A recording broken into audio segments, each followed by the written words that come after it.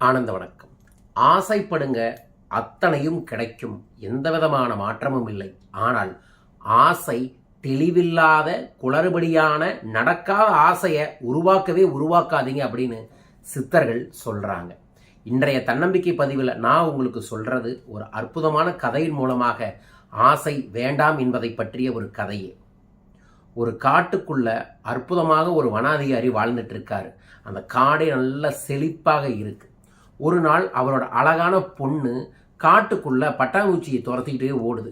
தெரியாம ஒரு டீப் ஃபாரஸ்ட்டுக்குள்ள போயிடுச்சு. போன இடத்துல பார்த்தா ஒரு சிங்கம் அந்த பெண்ணை பார்த்துருச்சு. பார்த்துட்டு அந்த சிங்கம் ஏதாவது பண்ணுமோன்னு பதட்டப்பட்டு இருக்கும்போது அவங்க அப்பா கிட்ட அந்த சிங்கம் சொல்லுது, உங்க பொண்ணு ரொம்ப அழகா இருக்கா, எனக்கு கல்யாணம் பண்ணி வச்சிருங்க, நான் காட்டுக்குள்ள கூட்டிட்டு போறேன்னு வித்தியாசமான ஒரு கேள்வியை கேட்டுச்சு.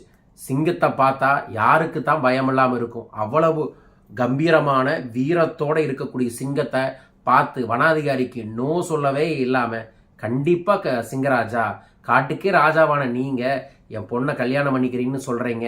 ஆனா ஒரே ஒரு கண்டிஷன், என் பொண்ணு உங்க பல்களை பார்த்தும் உங்க கையில் இருக்கக்கூடிய நெகத்தை பார்த்தும் ரொம்ப பயப்படுறான். இதை ரெண்டை மட்டும் எடுத்துருங்க, அதுக்கப்புறம் நீங்க கல்யாணம் பண்ணிக்கோங்க அப்படின்னு சொல்றாரு. சரின்னு சிங்கம் அதுக்கு ஆதரவு தெரிஞ்சிருச்சு. உடனே அந்த வனாதிகாரி அந்த சிங்கத்தோட ஆசைக்காக அதோட பல்லையும் கையில் இருக்கக்கூடிய எல்லா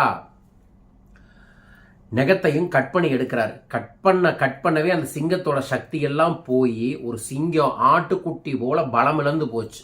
பலமிழந்து போன உடனே ஒரு குச்சியை எடுத்து சிங்கத்தை நல்லா அடிச்சு துரத்திடுறாரு. அப்பதான் அந்த சிங்கம் யோசிச்சுது, தேவையே இல்லாத ஒரு ஆசையை உருவாக்கணங்காட்டிக்கு நம்மளோட சக்தியையும் இழந்தோம், நம்மளோட புத்தியையும் இழந்தோம், நமக்கு இப்போ ஒண்ணுமே இல்லாம போச்சே அப்படின்னு வருத்தப்பட்டுச்சாமா. அந்த மாதிரி தான் நம்ம எல்லாருமே ஜெயிக்கணும், சம்பாதிக்கணும், அதன் மூலமா ஒரு விஷயத்தை அடையணும்னு ஆசை இருக்கணும், தப்பில்லை. ஆனா பேராசை இருக்கவே கூடாது.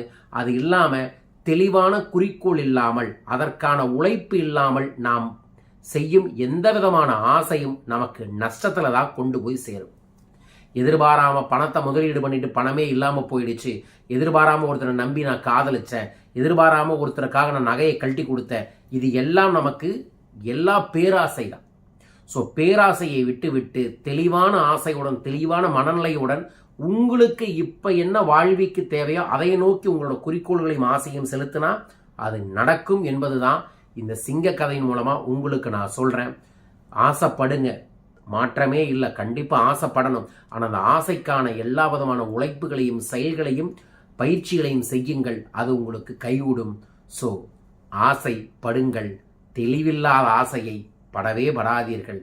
ஏனென்றால் ஆசையே குறிக்கோளை உருவாக்கும், குறிக்கோளே ஒரு மனிதனை பயிற்சி செய்ய வைக்கும், ஒரு பயிற்சியே ஒரு மனிதனை முயற்சி செய்ய வைக்கும், ஒரு முயற்சியே ஒருத்தனை வெல்ல வைக்கும். நீங்கள் வெல்ல இந்த கதையை பயன்படுத்திக் கொள்ளுங்கள்.